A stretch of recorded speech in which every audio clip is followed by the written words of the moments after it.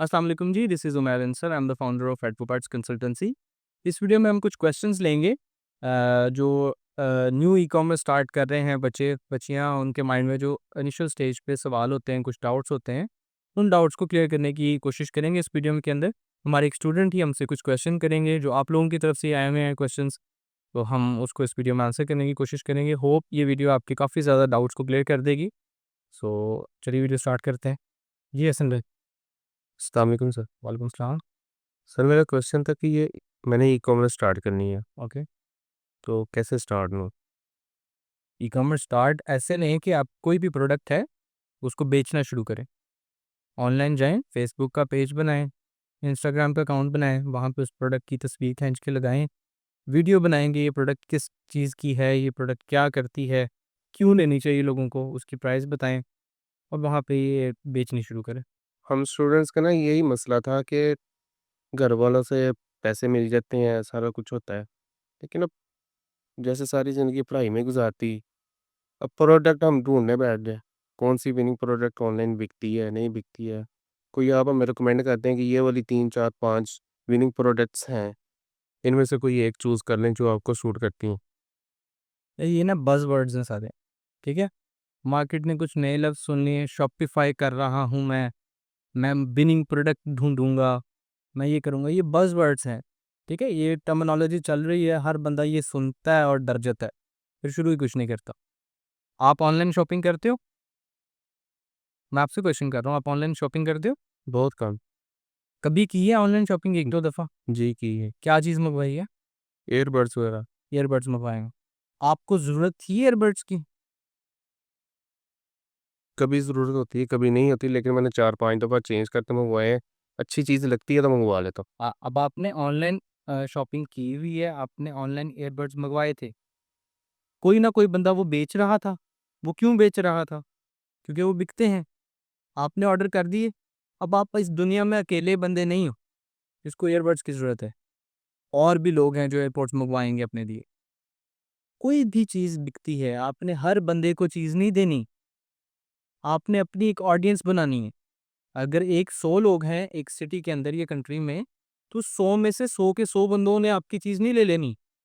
एक ऑनलाइन छुरी बेचोगे, तो हर बंदे को छुरी की ज़रूरत नहीं है।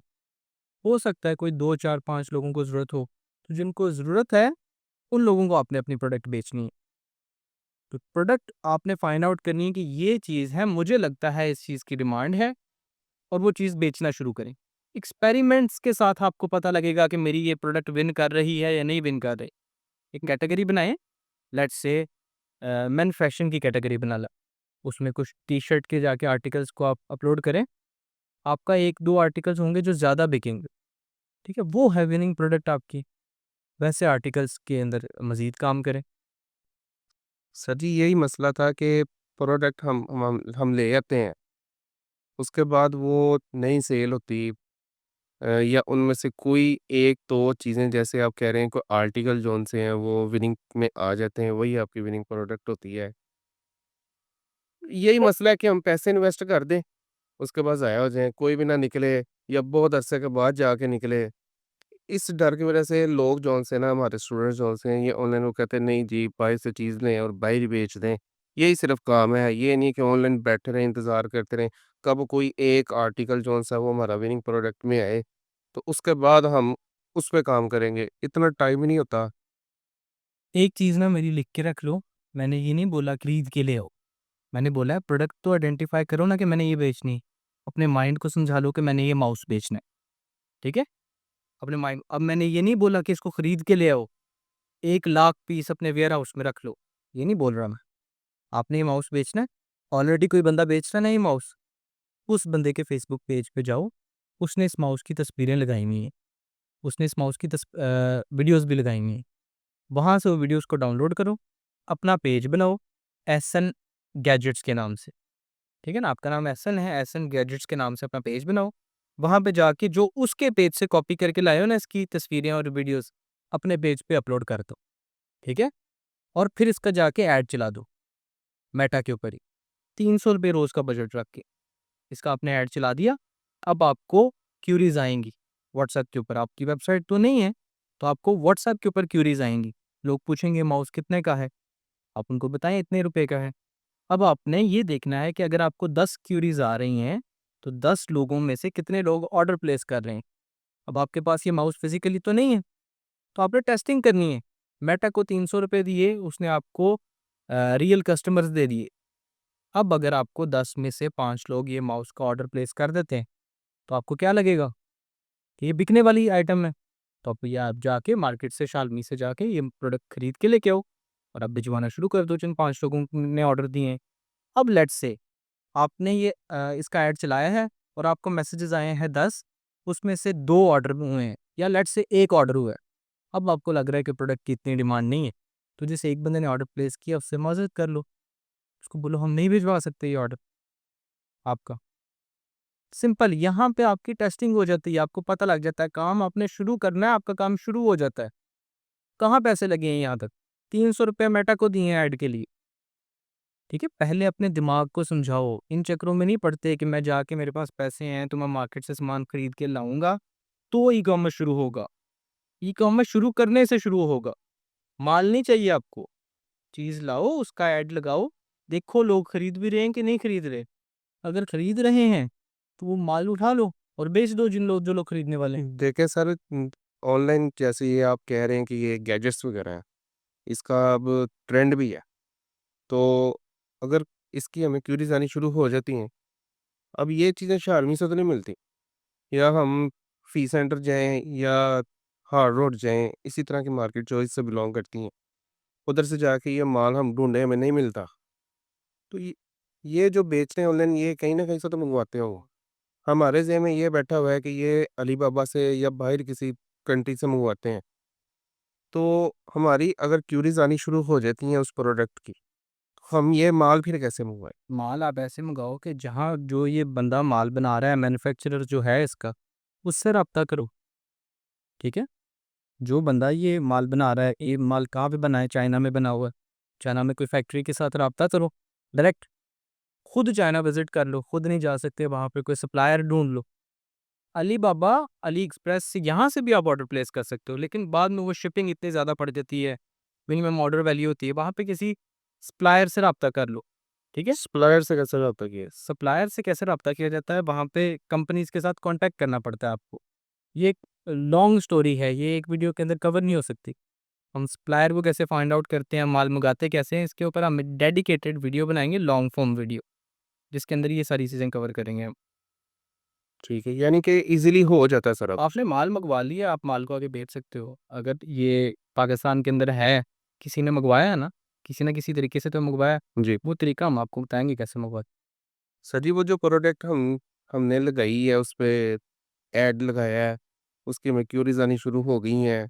अब हमने अपने पेज का नाम, जैसे आपने कहा कि एसएन गैजेट्स रखा हुआ है। अब क्यूरीज़ आनी शुरू हो गई हैं। अब मेरा माइंड चेंज हो गया है कि नहीं यार, ये नाम नहीं होना चाहिए, कोई अच्छा-सा नाम सोचते हैं, जो दूसरे बंदे या पढ़ा-लिखा तबका देखे, वो कहे जी ये एक स्टोर है। एसन कोई इतना ख़ास नाम, अब हमने नाम चेंज करना है, अब कस्टमर इस तरह खराब नहीं हो जाएगा? कस्टमर है आपके पास? ज़ाहिर-सी बात है, जो क्यूरीज़ आएँगी वो कस्टमर की आएँगी। तो एक्सपेरिमेंटल फ़ेज़ में बाद में जाके भी नाम चेंज कर सकते हो, बड़ी कंपनियों ने नाम चेंज किए हैं अपने, ठीक है? ये कोई इतनी बड़ी बात नहीं है। जैसे मैंने अब एक मिसाल है, मैं इस वज़ह से कह रहा हूँ कि मैंने नाम रख लिया है एसन गैजेट्स। अब पाकिस्तान के अलावा बहुत सी कंट्रीज़ में बहुत से लोगों का नाम एसन है। हुँ। शायद किसी ने एसन गैजेट्स के नाम से पहले भी काम कर रहा हो। नाम सोच समझ के रखो, मेरी यूट्यूब के ऊपर ही हमारे इसी चैनल पे ना एक वीडियो है how to name your business. उस वीडियो को जाके देखो, उसमें बताया हुआ है कि वीडियो कोई भी बिज़नेस शुरू करना है, तो उसका नाम कैसे रखते हैं। उस वीडियो को जाके पहले पूरा देखो। उसमें हर तरीका बताया, पूरा प्रोसेस बताया है कि नाम किसी भी आपने अपनी कंपनी शुरू करनी है, तो उसका नाम कैसे रखना है, क्या नाम रखना है। इसी वज़ह से मैं पूछ रहा था कि बाद में अब हम वेबसाइट बनाते हैं, हमें ज़रूरत पड़ती है, तो वो वेबसाइट हमें डोमेन ही नहीं मिलती। तो इस मैंने एक इसी बड़ा क्रूशियल होता है नाम, बड़ा इम्पोर्टेंट है आपके बिज़नेस के लिए ना। पहला रिप्रेजेंटेटिव है आपका, नाम जो है वो सबसे पहले लोग सुनेंगे। विजुअल्स बाद में देखेंगे, आपका लोगो ये बाकी सारी चीज़ें ब्रांडिंग वगैरह ना बाद में देखते हैं, नाम पहले सुनते हैं। तो नाम से ट्रस्ट बनता है। अब हमने गैजेट्स मंगवा दिया है, जैसे जिसकी क्यूरीज़ आनी शुरू हुई हैं, तो हम दूसरी के लगा देते हैं, ऐड लगा देते हैं, तीसरे का लगा देते हैं। अब वो 4-5 प्रोडक्ट्स हैं, उनकी क्यूरीज़ आ भी रही हैं। अब उनका नाम जौन-सा वो हम चाइना से मँगवाते हैं या शाओमी से लेते हैं या किसी मार्केट प्लेस से लेते हैं, उसके ऊपर हम अपने नाम की ब्रांडिंग तो नहीं करवा सकते ना। करवा सकते हैं। जो मैन्युफैक्चरर है वो आपकी ब्रांडिंग के साथ भी आपको माल दे सकता है, ठीक है? लेकिन आपकी जो ब्रांड आपकी ऊपर ब्रांडिंग हुई होगी ना, उसकी मार्केट में डिमांड कम है, ठीक है? एक जो ऑलरेडी ब्रांड बना हुआ है, जब जैसे वीवो का ऑलरेडी चाइना का फ़ोन है वीवो, उसका ऑलरेडी नाम बना हुआ है। लोग जाके माँगते हैं ना, अब आप वीवो की फैक्ट्री से ही एसन के नाम से कोई फ़ोन बना देते हो, वो लोग माँगेंगे नहीं। अगर कोई ब्रांड ऑलरेडी बना हुआ है, तो वो ईज़िली बिक जाएगा, उसकी डिमांड है ना मार्केट में। अगर आप चाहते हो कि मैंने अपना ब्रांड बनाना है, तो वो अनदर स्टोरी है।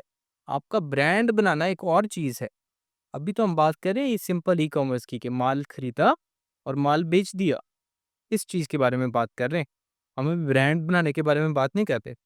ब्रांड बनाना है वो अनदर स्टोरी है, वो पूरा बताना पड़ेगा कि ब्रांडिंग होती कैसे है, क्या करना है, बिकेगा क्यों नहीं, कैसे बिकना शुरू होगा, डिमांड बनेगी कैसे, लोग माँगेंगे कैसे आपकी प्रोडक्ट। तो एक सिनेरियो डिफरेंट है। अभी के लिए ये है कि आप अपना ब्रांडिंग ना करवाएँ तो बेटर है। आप जो ब्रांडिंग है, जो जिस नाम से चीज़ बिक रही है बस वो चीज़ उठाएँ, उसकी ऑलरेडी मार्केट बनी हुई है, आप बेचो एक दफ़ा, पैसे आने दो अपने पास। एक दफ़ा अपने दिमाग को खोलो कि कैसे पैसे लगते हैं और फिर वो रिटर्न कैसे आते हैं पैसे। मैं यही पूछ रहा था कि अगर हम किसी ऐड के ऊपर पैसे इन्वेस्ट करते हैं, डेली का आप जैसे कह रहे थे पिछली वीडियो में 300 इन्वेस्ट करें या इससे ज़्यादा भी कर सकते हैं, तो हमें रिटर्न में कुछ आएगा भी या नहीं आएगा? देखो, आपका ये चीज़ें ना डिपेंड करती हैं आपके ऐड की कॉपी कितनी अच्छी बनी हुई है, ठीक है? सिर्फ़ आप नहीं ऐड लगा रहे, मेटा के ऊपर आपके ही इलाके के और भी लोग सेम प्रोडक्ट के ऐड्स चला रहे हैं। अब मेटा क्या करता है कि जिसके ऐड की कॉपी बिल्कुल ठीक है, वेल स्ट्रक्चर्ड ऐड है, वो ऐड कॉस्ट पर लीड कम मिलती है, आप ऐड में टारगेट किसको कर रहे हो, ठीक है? आपने बेचना ये गैजेट है और आप टारगेट कर रहे हो रिक्शा ड्राइवर को, तो फिर तो वो नहीं खरीदेगा। आपकी टारगेटिंग कितनी अच्छी है, आपकी टारगेटिंग के बाद आपका ऐड कितने टाइम से चल रहा है, किस बजट पे चल रहा है, ऐड में कंटेंट क्या दिखा रहे हो आप। अब आपने ये माउस बेचना है, एक तरफ आप इसकी पिक्चर बना के व्हाइट बैकग्राउंड पे उसका ऐड चला रहे हो। एक आप प्रॉपर वीडियो बना के जिसके अंदर इस माउस की एक-एक चीज़ के बारे में आप बता रहे हो और वो वीडियो को आप ऐड चला रहे हो, तो ज़ाहिर-सी बात है वीडियो ज़्यादा अच्छा परफ़ॉर्म करेगी और उस वीडियो में भी आपने बताया कितने अच्छे तरीके से है, ये भी चीज़ मैटर करती है। अब ये तो आपने कंटेंट बना लिया, इसके बाद ऐड का स्ट्रक्चर कितना अच्छा है, उसमें कितनी वीडियोज़ हैं इसके जैसी, हर वीडियो के ऊपर राइट अप क्या है, कॉल टू एक्शन बटन क्या है, कैंपेन क्या है, उसके अंदर कितने ऐड सेट हैं, हर ऐड सेट किस चीज़ को टारगेट कर रहा है, ये चीज़ें बहुत ज़्यादा अहम रोल प्ले करती हैं। ठीक है ना? अब देखो मेरी वेबसाइट के ऊपर एक बंदा आया, उसने आके ऐड टू कार्ट किया इस माउस को, लेकिन फिर परचेज़ किए बगैर या ऑर्डर प्लेस किए बगैर ही चला गया। ठीक है? एक्स वाई ज़ेड कोई भी रीज़न था। फिर एक बंदा आया उसने भी ऐड टू कार्ट कर दिया, परचेज़ नहीं किया, चला गया। लेकिन अब क्या है कि हम मेटा पिक्सेल के ज़रिए ये सारे लोगों का डेटा एक ही जगह कंपाइल करके रख सकते हैं। मेटा पिक्सेल के पास आपका कंप्लीट डेटा होता है। वो डेटा को इस्तेमाल करके आप उन लोगों को ही ऐड अपना दोबारा दिखा सकते हो, उनको बता सकते हो कि जी आप लोगों ने ऐड टू कार्ट किया है, परचेज़ नहीं किया। हमने डिस्काउंट दे दिया इसके ऊपर 50% ऑफ है। आ जाओ जल्दी से परचेज़ कर लो। वो लोग पहले ही आपकी वेबसाइट पे आ चुके हैं। तो ये सारी गेम है कि आप एड्स किस तरह अच्छे से अच्छा लगाते हो। इसके लिए आपको देखना पड़ेगा कि मेटा एड्स लगाते कैसे हैं, सीखना पड़ेगा। सीख नहीं सकते, प्रैक्टिकल नहीं कर सकते ज़्यादा बजट के साथ, तो फिर एडवर्बाइज़ के नंबर नीचे आ रहे हैं हम। हमारे पास आ जाओ, हमें बताओ, हम आपको अच्छे से एड्स लगा के देते हैं। कंटेंट भी हम बना के देते हैं। हर चीज़ हम आपकी ये चीज़ ऑटोमेट कर देंगे। हमें तो आते हैं ऐड लगाने, हमें पता है सेल्स कैसे आएँगी। हमारे पास आ जाओ, हम आपके एड्स चला देते हैं। एनीथिंग एल्स और कोई question? No sir, thank you.